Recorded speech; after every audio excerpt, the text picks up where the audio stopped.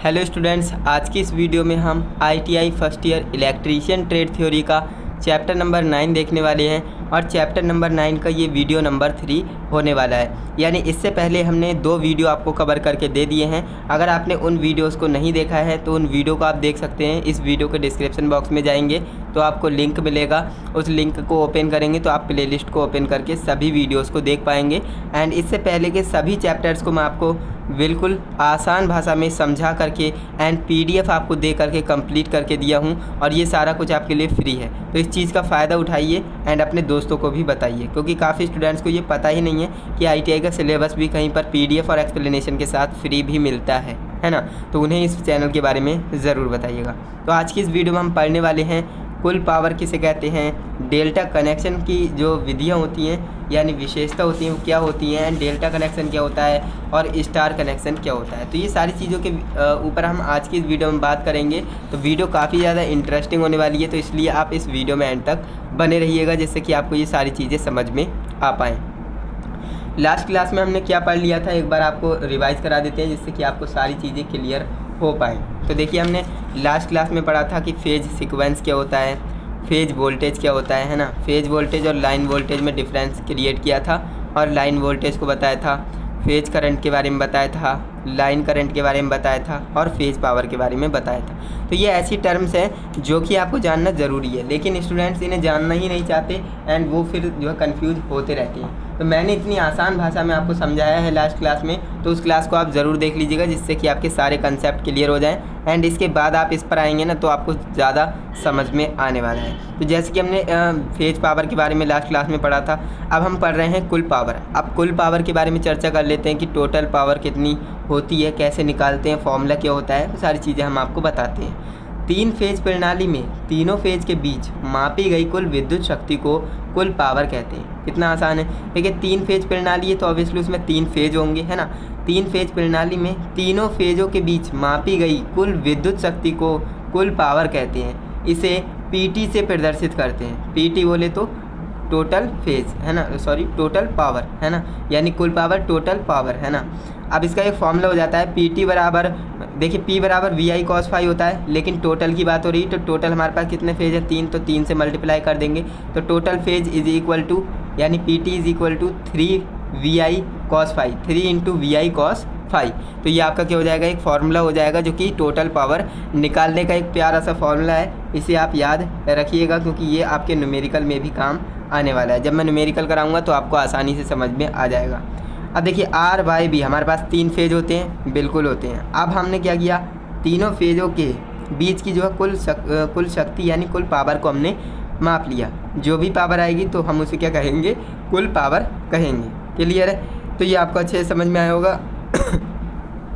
And इसके बाद हम बात करें डेल्टा कनेक्शन की विशेषताएँ, है ना। डेल्टा कनेक्शन की क्या क्या विशेषताएँ हैं तो उनके ऊपर हम बात कर लेते हैं। तो देखिए, लाइन करंट एक दूसरे के 120 डिग्री के अंतर पर होता है। हमने आपको बताया है लाइन करंट क्या होता है, 120 डिग्री के अंतर पर होता है। लाइन वोल्टेज फेज करंट से, यानी जो लाइन वोल्टेज होगा फेज करंट से 30 डिग्री पीछे रहता है। ये भी हमने लास्ट क्लास में आपको बता दिया है, लाइन वोल्टेज क्या होता है, फेज करंट क्या होता है ना। तो आपको ध्यान रखना है लाइन वोल्टेज और फेज करंट, है ना। लाइन वोल्टेज जो होगा वो फेज करंट से 30 डिग्री पीछे रहेगा। एंड जो लाइन वोल्टेज है और जो फेज वोल्टेज है ये दोनों बराबर होते हैं। लाइन वोल्टेज और फेज वोल्टेज बराबर होते हैं। एंड इसके बाद line current IL, phase current IPH से √3 डिग्री बढ़ जाता है, यानी कि यहाँ पर आप √3 गुना बढ़ जाता है। लेकिन लाइन करंट जो होगा ना वो फेज करंट से √3 गुना बढ़ जाएगा, तो इसे आप ध्यान रखेंगे। एंड इसके बाद 5 HP से ऊपर की जो मोटर होंगी ना, अब देखिए मोटर कई HP की आती है। HP की फुल फॉर्म आपको बताया ना, हॉर्स पावर, है ना, ये आप जानते होंगे। एंड 1 HP में कितने वाट होते हैं, 1 वाट में कितने HP होते हैं, ये क्वेश्चन आपको जो है बुक्स में मिल जाएगा, तो वहाँ से आप देख सकते हैं। 5 HP, है ना, 746 वाट होते हैं 1 HP में, तो ये आप ध्यान रखेंगे। 5 HP से ऊपर की मोटरों में डेल्टा कनेक्शन करते हैं, तो ये भी आपको ध्यान रखना है। अगर 5 HP से ऊपर की कोई मोटर है तो उसमें हम डेल्टा कनेक्शन करेंगे, ना कि स्टार, है ना। तो इसे आप ध्यान रखेंगे। इसके बाद हम आगे बढ़ लेते हैं। अब यहाँ पर बात कर लेते हैं स्टार कनेक्शन क्या होता है, कैसा दिखता है। तो देखिए स्टार कनेक्शन कुछ इस तरह से दिखता है, ये स्टार की तरह ही होता है ना, देख सकते हैं उल्टा वाई है ना, इस तरह से उल्टा वाई होगा, तो इसे हम क्या कहेंगे, स्टार कनेक्शन कहेंगे।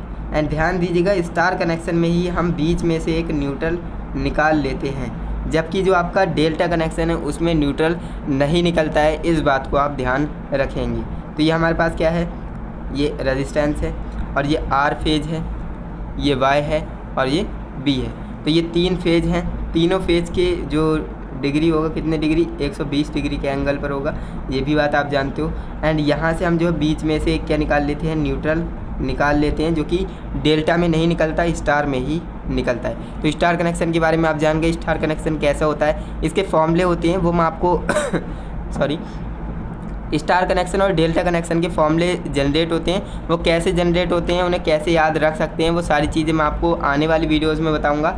अभी आपको समझना है कि स्टार कनेक्शन कैसा दिखता है ना, तो आप समझ गए होंगे कैसा दिखता है। एंड इसके बाद हम बात कर लेते हैं डेल्टा कनेक्शन के बारे में, है ना।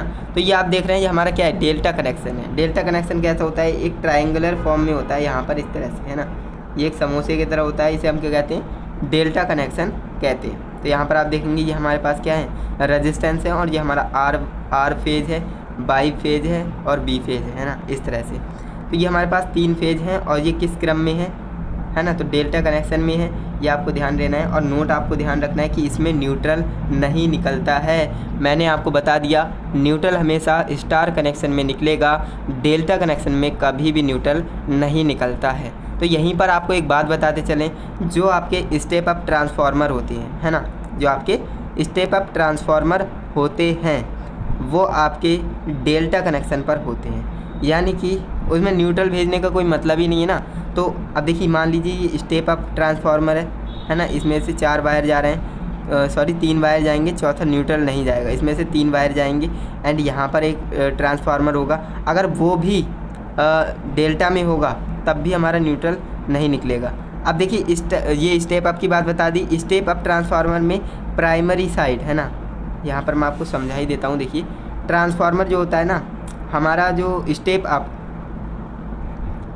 ट्रांसफार्मर में क्या होता है, प्राइमरी साइड में भी क्या होता है, डेल्टा होता है, और सेकेंडरी साइड में भी क्या होता है, डेल्टा होता है। ये हमने स्टेप अप की बात करी है। एंड स्टेप डाउन की बात करते हैं आप, स्टेप डाउन में क्या होता है, देखिए प्राइमरी साइड में क्या होता है, डेल्टा होता है ना, लेकिन जो आपका सेकेंडरी साइड है उसमें क्या होगा, स्टार होगा। स्टार क्यों होगा, क्योंकि हमें एक चाहिए न्यूट्रल, और न्यूट्रल हमें कहाँ देगा, कौन देगा, जो आपका स्टार कनेक्शन होगा वो न्यूट्रल देगा। तो इस चीज़ को आप समझ लीजिए कि जो आपका स्टेप अप ट्रांसफार्मर होते हैं उसमें आपकी प्राइमरी जो वाइंडिंग होगी वो डेल्टा में होगी, और सेकेंडरी वाइंडिंग भी आपकी डेल्टा में होगी। लेकिन जो स्टेप डाउन ट्रांसफार्मर होगा उसमें जो आपकी प्राइमरी वाइंडिंग होगी वो डेल्टा में होगी, लेकिन जो आपकी सेकेंडरी वाइंडिंग है वो स्टार में होगी, क्योंकि हमें न्यूट्रल की आवश्यकता पड़ती है डिस्ट्रीब्यूट करने के लिए, है ना। तो ये आपको समझ में आया, ये जो मैंने आपको बात बताई है इसे आप ध्यान में रखिएगा, काफ़ी महत्वपूर्ण बात है। इसके बाद हम आगे बढ़ते हैं, ये सारी चीज़ें आपको क्लियर हो गई कि डेल्टा कनेक्शन क्या होता है, कैसा दिखता है, इसका फॉर्मूला होता है ना, कैसे बनाते हैं, वो सारी चीज़ें आपको पार्ट नंबर 4 में मिलेंगी। ये वीडियो नंबर 3 है, एंड लेक्चर नंबर 4 में आपको बताऊंगा कि इसके डेल्टा के फॉर्मूले को कैसे बनाते हैं, स्टार के फॉर्मूले को कैसे बनाते हैं, वो मैं आपको आने वाली वीडियो में बता दूंगा, है ना। तो आज की इस वीडियो में आपको यही ध्यान में रखना है। फेज सीक्वेंस मीटर, अब देखिए फेज सीक्वेंस मीटर, इसके नाम से ही पता लग रहा है भाई, फेज के सीक्वेंस को नापने वाला मीटर क्या कहलाएगा, फेज सीक्वेंस मीटर कहलाएगा। तो इसकी तो परिभाषा की ज़रूरत ही नहीं है, यहाँ से आप समझ सकते हो। कोई आपसे पूछता है कि फेज सीक्वेंस मीटर क्या होता है, तो आप कहेंगे सीधी सरल भाषा में कि फेज के सीक्वेंस को मापने वाला जो मीटर होता है उसे हम फेज सीक्वेंस मीटर कहते हैं। RYB या फिर BYR, इस तरह से जो है ये फेज के सीक्वेंस को मापता है। तो ये सारी चीज़ें आपको समझ में आई। तो इस वीडियो में हमने आज की इस वीडियो में क्या क्या सीखा, एक बार रिवाइज़ करा देते हैं। तो देखिए आज की इस वीडियो में हमने सीखा कुल पावर क्या होती है, डेल्टा कनेक्शन की विशेषताएं क्या होती हैं, डेल्टा कनेक्शन क्या होता है ना, स्टार कनेक्शन क्या होता है, और जो हमारा फेज सीक्वेंस मीटर होता है वो क्या होता है। तो आज की इस वीडियो में हमने काफ़ी कम टॉपिक्स को कवर किया है, लेकिन हमने सभी टॉपिक्स को बिल्कुल आसान तरीके से समझा है। तो उम्मीद करता हूँ आपको समझ में आया होगा, सभी चीज़ें आपने समझी होंगी। एंड अगर आपको वीडियो अच्छी लगी वीडियो को लाइक कीजिए। एंड आने वाली वीडियो में मैं आपको बताऊंगा स्टार कनेक्शन का जो फार्मूला कैसे निकालते हैं और डेल्टा कनेक्शन का फार्मूला कैसे निकालते हैं, है ना, वो सारी चीज़ें, और न्यूमेरिकल भी आपको बताऊंगा उन पे करवा करके, जिससे कि आपका पूरा कंसेप्ट रिवाइज हो जाए, आप सारी चीज़ों को अच्छे से समझ पाएँ। तो उम्मीद करता हूँ आपको वीडियो अच्छी लगी होगी। अगर आपको वीडियो अच्छी लगी है वीडियो को लाइक कीजिए, चैनल पे नए हो तो चैनल को सब्सक्राइब भी कर लीजिए, जिससे कि आने वाली वीडियोस की नोटिफिकेशन आपको मिलती रहे। तो चलिए दोस्तों, आज के लिए बस इतना ही, मिलते हैं नेक्स्ट वीडियो में। तब तक के लिए जय हिंद, वंदे मातरम।